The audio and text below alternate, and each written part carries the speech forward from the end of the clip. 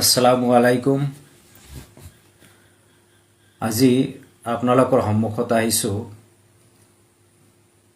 নৰ আৰু নাৰীৰ পৰ্দা সম্পৰ্কীয় তিনিটামান কোৰাণৰ পৰা আয়াত আলোচনা কৰিম।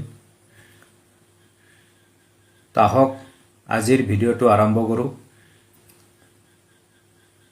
ভিডিঅ'টো আৰম্ভ কৰাৰ আগতে আপোনালোকৰ সকলোকে স্বাগতম জনাইছোঁ। আসসালামু আলাইকুম ওয়া ৰাহমাতুল্লাহি ওয়া বাৰাকাতুহু। সমাজত আমি হততে শুনা পাওঁ নাৰীৰ পৰ্দা অৰ্থাৎ মহিলাসকলে পৰ্দা কৰিব লাগে বুলি আমি সমাজত হততে এইটো শুনা পোৱা যায়।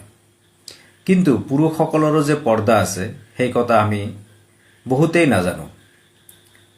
হয়তো পুৰুষৰ পৰ্দাৰ ধৰণটো আৰু নাৰীৰ পৰ্দাৰ ধৰণটো কিছু ক্ষেত্ৰত বেলেগ, কিন্তু মূল যিখিনি পৰ্দা সেইখিনি কিন্তু পুৰুষ আৰু নাৰীৰ একেই। সেয়ে আজি পুৰুষ আৰু নাৰীৰ পৰ্দা সম্পৰ্কীয় আলোচনা কৰিম ইনশাআল্লাহ। আলহামদুলিল্লাহ, আসসালাতু আসসালামু আলা ৰাসূলিল্লাহ, আম্মা বাদ। পুৰুষ আৰু নাৰীৰ পৰ্দা সম্পৰ্কীয় আলোচনা কৰিবলৈ আজি মই দুটা সূৰাৰ পৰা তিনিটা আয়াত আলোচনা কৰিম। তাৰে প্ৰথম দুটা হৈছে সূৰা আন-নূৰ 24 নম্বৰ সূৰাৰ 30 আৰু 31 নম্বৰ আয়াত, আনটো হৈছে সূৰা আল-আহজাবৰ 33 নম্বৰ সূৰাৰ 59 নম্বৰ আয়াত। তো আহক জানি লওঁ এই আয়াত দুটিত কি কোৱা হৈছে।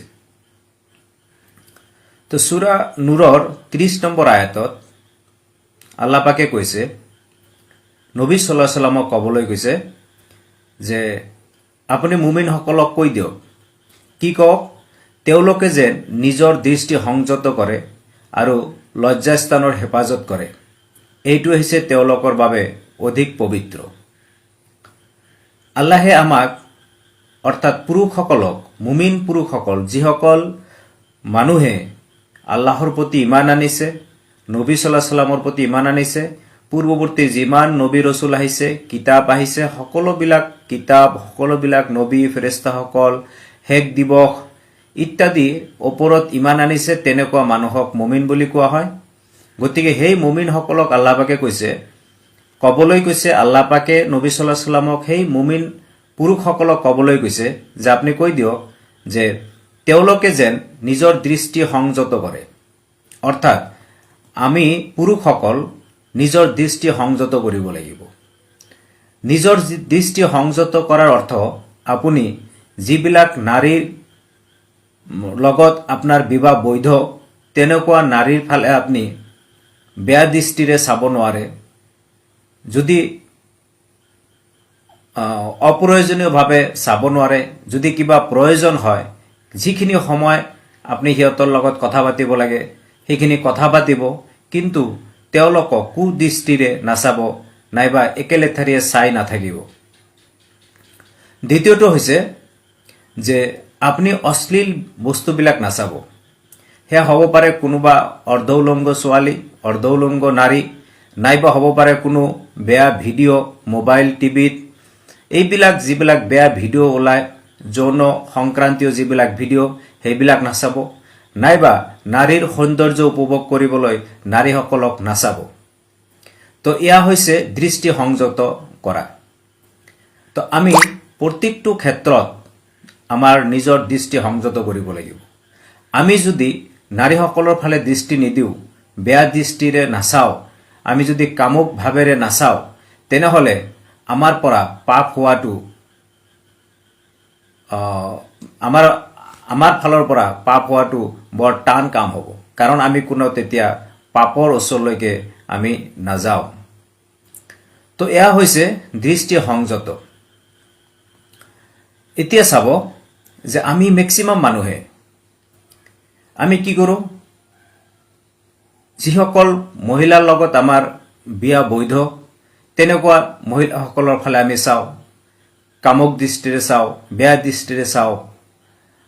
আনহাতে আমি কৈ ফুৰো যে আমি মুছলিম, আমি মুমিন। গতিকে আমি যদি মুমিন হওঁ, আমি যদি মুছলিম হওঁ, তেনেহ'লে আমাৰ দৃষ্টিক আমি সংযত কৰিব লাগিব। পাপ কৰ্মটো দূৰত থাকক, আপুনি নাৰীৰ লগত অবৈধ সম্পৰ্ক দূৰত ৰাখক, আপুনি দৃষ্টি দিব নোৱাৰে। এই বিষয়ে আল্লাহ পাকে কোৰআনত আমাক জনাই দিছে যে আপোনাৰ দৃষ্টি আপুনি সংযত কৰক। দ্বিতীয়তে, সেই মুমিন পুৰুষসকলক যিখিনি কাম কৰিব দিছে সেয়া হৈছে তেওঁলোকে যেন তেওঁলোকৰ লজ্জাস্থানৰ হেফাজত কৰে। অৰ্থাৎ আপোনাৰ যিটো লজ্জাস্থান, পুৰুষসকলৰ যিটো লজ্জাস্থান, ইয়াক সংৰক্ষিত কৰিব লাগিব। ইয়াৰ অৰ্থ যে আপুনি আপোনাৰ বৈধ স্ত্ৰীৰ বাহিৰে আপোনাৰ লজ্জাস্থান কোনো ঠাইত ব্যৱহাৰ কৰিব নোৱাৰিব। সেয়া যদি আপুনি আপোনাৰ লজ্জাস্থানৰ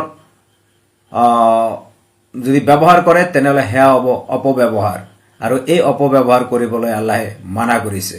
সেইবাবে কৈছে যে তেওঁলোকে যেন তেওঁলোকৰ লজ্জাস্থানৰ হেফাজত কৰে। ইয়াতে বহুত পুৰুষ বা মহিলা বহুতেই ক'ব বিচাৰে যে আমি প্ৰেম কৰিছোঁ, আৰু প্ৰেম হ'ল স্বৰ্গীয় বস্তু। আমাৰ প্ৰেম আমাৰ অন্তৰৰ পৰা দুটা অন্তৰৰ মিলন, আমাৰ মাজত কোনো বেয়া ভাৱ নাই। এই ভাৱেৰে বহুত ল'ৰা বা ছোৱালীয়ে বা বহুত পুৰুষ বা মহিলাই অবৈধ প্ৰেমত জড়িত হৈ পৰে। কেতিয়াবা কেতিয়াবা আমি পৰকীয়া প্ৰেমতো জড়িত হোৱা দেখা পাওঁ। এই আটাইবিলাকে হৈছে অবৈধ, এইবিলাকৰ বৈধতা আল্লাহে দিয়া নাই। সেইবাবে আল্লাহে সেই আয়াতৰ পিছৰ অংশত কৈছে যে এইটোৱে হৈছে তেওঁলোকৰ বাবে অধিক পবিত্ৰ। অৰ্থাৎ যদি আপুনি আপোনাৰ দৃষ্টি সংযত ৰাখে আৰু আপোনাৰ লজ্জাস্থানৰ হেফাজত কৰে, তেনেহ'লে এই পদ্ধতি হৈছে আটাইতকৈ পবিত্ৰ পদ্ধতি। গতিকে যদি আপুনি আল্লাহে দিয়া এই পদ্ধতি অনুসৰণ কৰে, তেনেহ'লে আপুনি পবিত্ৰতাত আছে। আৰু যদি আপুনি কয় যে মই প্ৰেম কৰিছোঁ, প্ৰেমৰ লগত আমি শাৰীৰিক সম্পৰ্ক কৰিছোঁ, আৰু আমাৰ দুটাৰ অন্তৰৰ মিল আছে, আমি কাকো কেতিয়াও এৰি নিদিওঁ, এনেকুৱা যিমানে যি আপুনি যুক্তি দৰ্শাওক, সেইবিলাক কিন্তু আল্লাহৰ দৃষ্টিত পবিত্ৰ নহয়। পবিত্ৰ কেৱল সেইখিনিয়ে যিখিনি আল্লাহে আপোনাৰ কাৰণে বৈধ কৰিছে, আপুনি হওক মহিলা বা হওক পুৰুষ। গতিকে আপোনাৰ যাৰ লগত বিবাহ হৈছে, সেই ব্যক্তিগৰাকীৰ লগত আপুনি যৌন সম্পৰ্ক কৰিব, এয়াই হৈছে পবিত্ৰতা। তাৰপিছত 30 নম্বৰ আয়াতত আল্লাহ পাকে পুৰুষসকলৰ পৰ্দাৰ বিষয়ে ক'লে। তাৰপিছত 31 নম্বৰ আয়াতত নাৰীসকলৰ বাবে আল্লাহে পৰ্দাৰ কথা কৈছে। তো 31 নম্বৰ আয়াতত কোৱা হৈছে যে আল্লাহে নবীক ক'বলৈ কৈছে যে আপুনি মুমিনা নাৰীসকল যিসকল আছে, সিহঁতক আপুনি কৈ দিয়ক যে তেওঁলোকে যেন নিজৰ দৃষ্টি সংযত ৰাখে। অৰ্থাৎ পুৰুষসকলে যেনেকৈ নিজৰ দৃষ্টি সংযত ৰাখিছিল, তেওঁলোকে অপৰ যিবিলাক বৈধ যিবিলাক মহিলা আছে তেওঁলোকৰ ফালে চাব নোৱাৰে, দৃষ্টি দিব নোৱাৰে, বেয়া দৃষ্টি দিব নোৱাৰে। তেনেকৈ মহিলাসকলকো কোৱা হৈছে তেওঁলোকেও যেন এই বেলেগ পুৰুষৰ ফালে দৃষ্টি নিদিয়ে, বেয়া দৃষ্টি নিদিয়ে। যেনেকৈ পুৰুষসকলে মহিলাসকলৰ ফালে দৃষ্টি দিয়া নাই, তেনেকৈ মহিলাসকলেও পুৰুষসকলৰ ফালে বেয়া দৃষ্টি দিব নোৱাৰে। দ্বিতীয়তে কোৱা হৈছে যে নাৰীসকলে যাতে তেওঁলোকৰ লজ্জাস্থানৰ হেফাজত কৰে। অৰ্থাৎ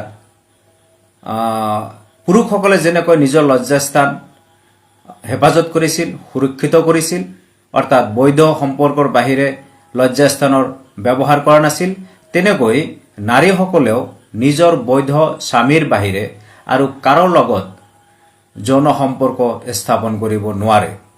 এয়া হৈছে লজ্জাস্থানৰ সংৰক্ষণ। অৰ্থাৎ এজন নাৰীয়ে বা এজন পুৰুষে নিজৰ বিবাহিত স্ত্ৰীৰ বাহিৰে বা নিজৰ বিবাহিত স্বামীৰ বাহিৰে কাৰো লগত কোনো প্ৰকাৰৰ যৌন সম্পৰ্ক স্থাপন কৰিব নোৱাৰে। যদি কৰে তেনেহ'লে আল্লাহৰ নিয়মৰ বাহিৰত গ'ল, আৰু সেইটো আল্লাহে কৈছে অপবিত্ৰ সম্পৰ্ক। আৰু যদি নকৰে তেনেহ'লে এইটো হ'ল পবিত্ৰ।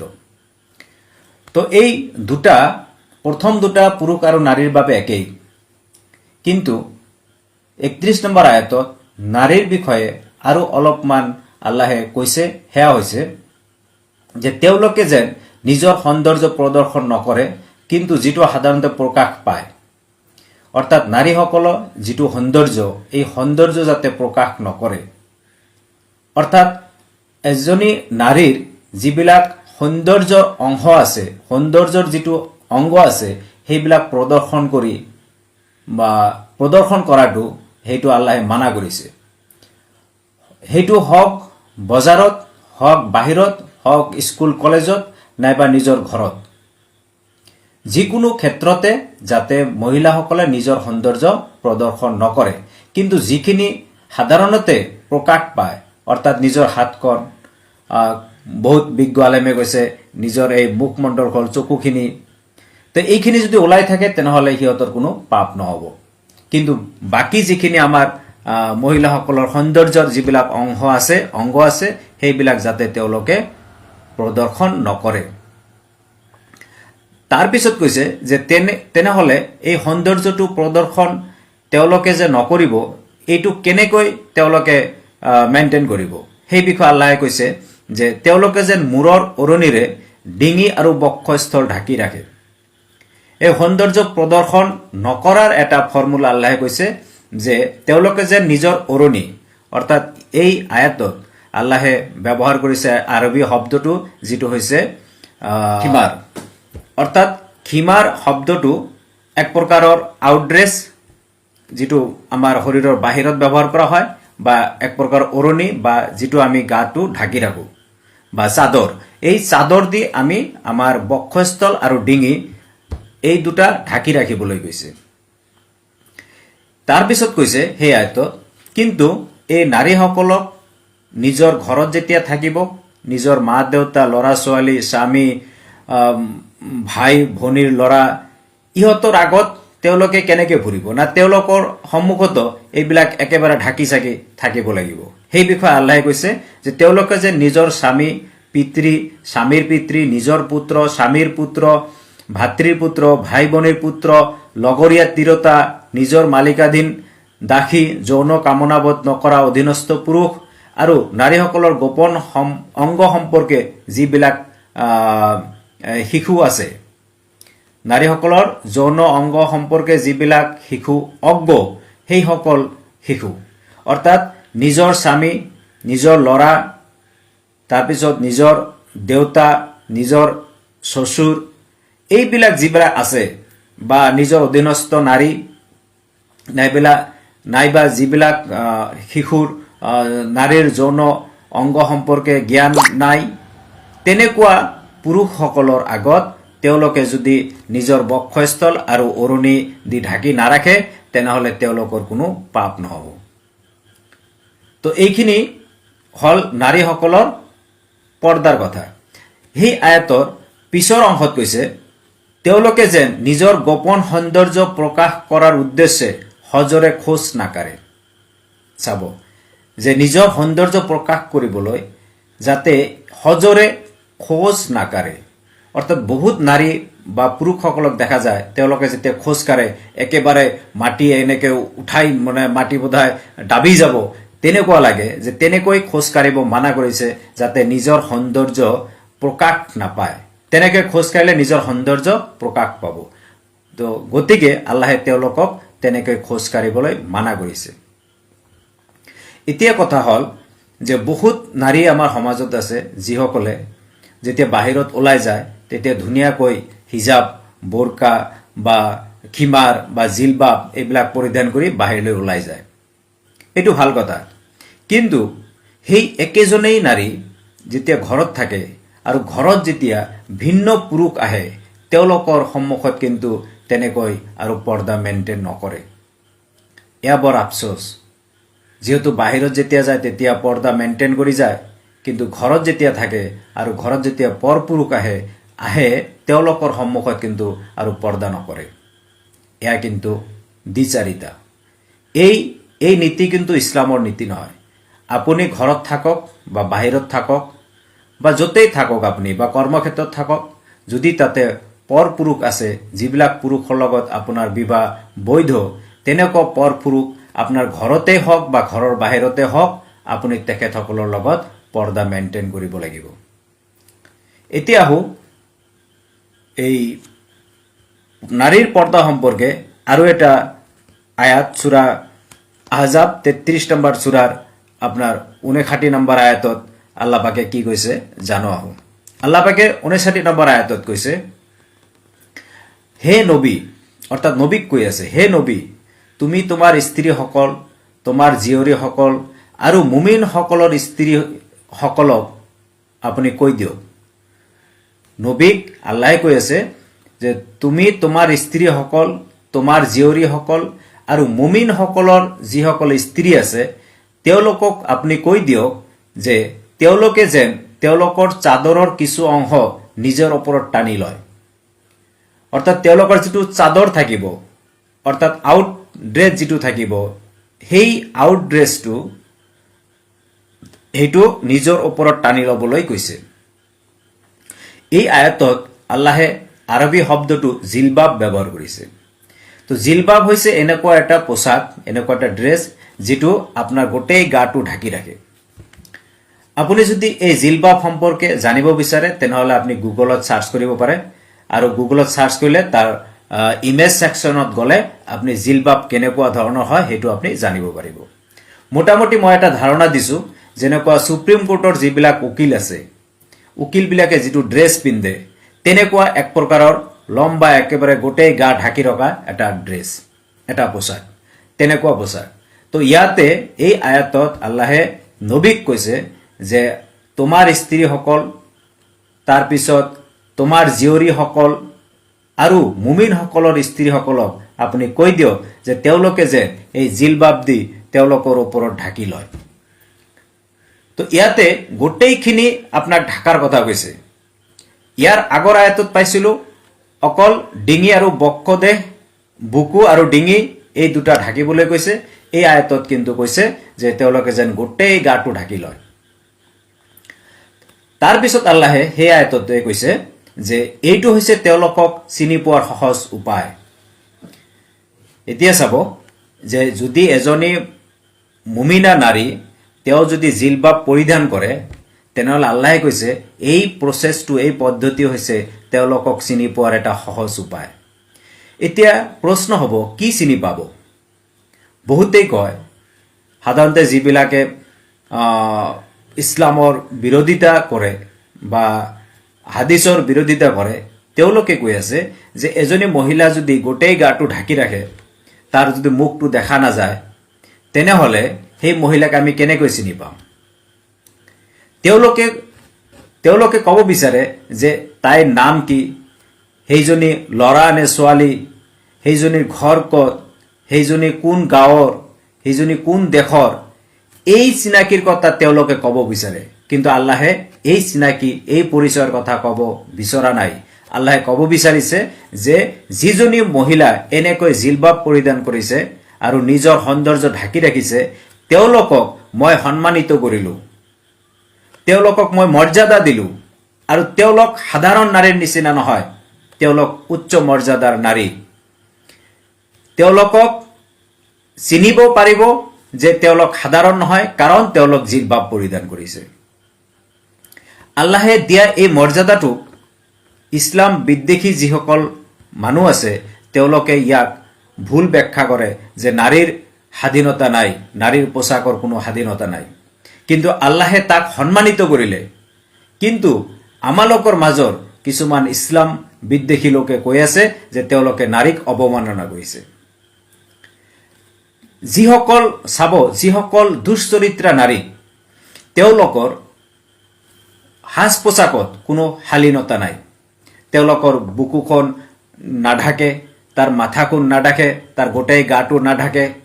যেনেকৈ আপুনি বহুত এনেকুৱা নামী দামী ষ্টাৰ পাব যিবিলাকে কাপোৰ পিন্ধিছে নে নাই, তাৰ গাত কাপোৰ আছে নে নাই বুজাই নাযায়। তো তেওঁলোকতকৈ আল্লাহে কৈছে যিসকলে জিলবাব পৰিধান কৰিছে তেওঁলোকে মৰ্যাদাত বহুত উচ্চ স্তৰত আছে। সেইকাৰণে তেওঁলোকক চিনা যাব যে তেওঁলোক সন্মানীয় নাৰী, তেওঁলোক মুমিনা নাৰী। এই আয়াতত পিছৰ অংশত কৈছে যদি এনেকে জিলবাব পৰিধান কৰে আৰু তেওঁলোকক চিনিব পাৰিব, তেওঁলোকক জানিব পাৰিব যে তেওঁলোক মুমিনা নাৰী, তেনেহ'লে তেওঁলোকৰ লগত কি কৰা নহ'ব আল্লাহ পাকে কৈ আছে ফলত তেওঁলোকক বিৰক্ত কৰা নহ'ব অৰ্থাৎ তেওঁলোকক কোনো ধৰণৰ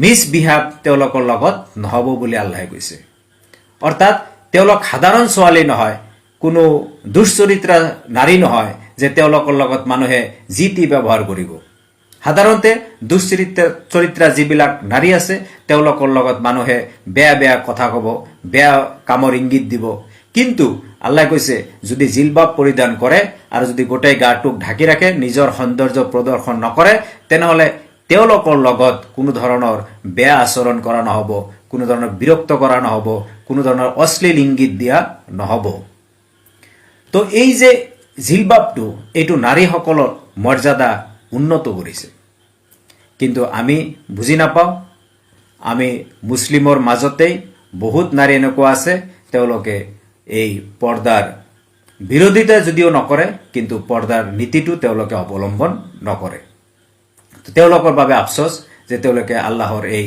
মৰ্যাদাক তেওঁলোকে বুজাই নাই আল্লাহৰ এই যিটো নাৰীসকলক যিটো মৰ্যাদাত উন্নীত কৰিছে তেওঁলোকে এইটো আদৰ কৰিব পৰা নাই ইয়াৰ সন্মান দিব পৰা নাই তো যেই হওক নৰ আৰু নাৰী দুজনেৰে বাবেই আল্লাহে পৰ্দাৰ হুকুম কৰিছে পুৰুষসকলৰ বাবে কৰিছে যে তেওঁলোকৰ দৃষ্টি সংযত ৰাখিব বেয়া বস্তুৰ ফালে নাচাব বেয়া দৃষ্টি নিদিব নিজৰ লজ্জাস্থান হেফাজত কৰিব আৰু মহিলাসকলৰ কাৰণে কৈছে তেওঁলোকৰ দৃষ্টি সংযত কৰিব নিজৰ লজ্জাস্থানৰ হেফাজত কৰিব আৰু নিজৰ গাটো ঢাকি ৰাখিব এক্সেপ্ট যিখিনি সাধাৰণতে প্ৰকাশ পায় সেইখিনিৰ বাহিৰে বাকী গোটেইখিনি গা ঢাকি ৰাখিব কাৰ কাৰ সন্মুখত এই গাটোৰ মানে আউটাৰ ড্ৰেছ অৰ্থাৎ জিলবাব পৰিধান নকৰিও কাৰ কাৰ সন্মুখত যাব পাৰিব সেয়া আল্লাহে সূৰা নূৰৰ 31 নম্বৰ আয়াতত উল্লেখ কৰিছে নিজৰ স্বামী নিজৰ দেউতা নিজৰ ভাই ভনীৰ ল'ৰা তাৰপিছত যিসকলৰ স্ত্ৰীৰ যৌন অংগ সম্পৰ্কে অজ্ঞ তেওঁলোকৰ সম্পৰ্কত তাৰপিছত কৃতদাসী এই যিকেইজন উল্লেখ কৰিছে আৰু দুই একজন আছে তেওঁলোকৰ সন্মুখত যদি এই জিলবাব পৰিধান কৰি নাযায় তেনেহ'লে তেওঁলোকৰ কোনো পাপ নহ'ব অন্যথা তেওঁলোকে এই আয়াতৰ অমান্য কৰাৰ বাবে তেওঁলোক পাপী হ'ব যদি আল্লাহে ক্ষমা কৰে সেয়া আল্লাহৰ ইচ্ছা তো যিয়ে হওক আজি আলোচনা ইমানেই যদি ইয়াৰ মাজতে ভুল ত্ৰুটি হৈছে তেনেহ'লে ক্ষমা কৰিব আসসালামু আলাইকুম ওয়া ৰাহমাতুল্লাহি ওয়া বাৰাকাতুহু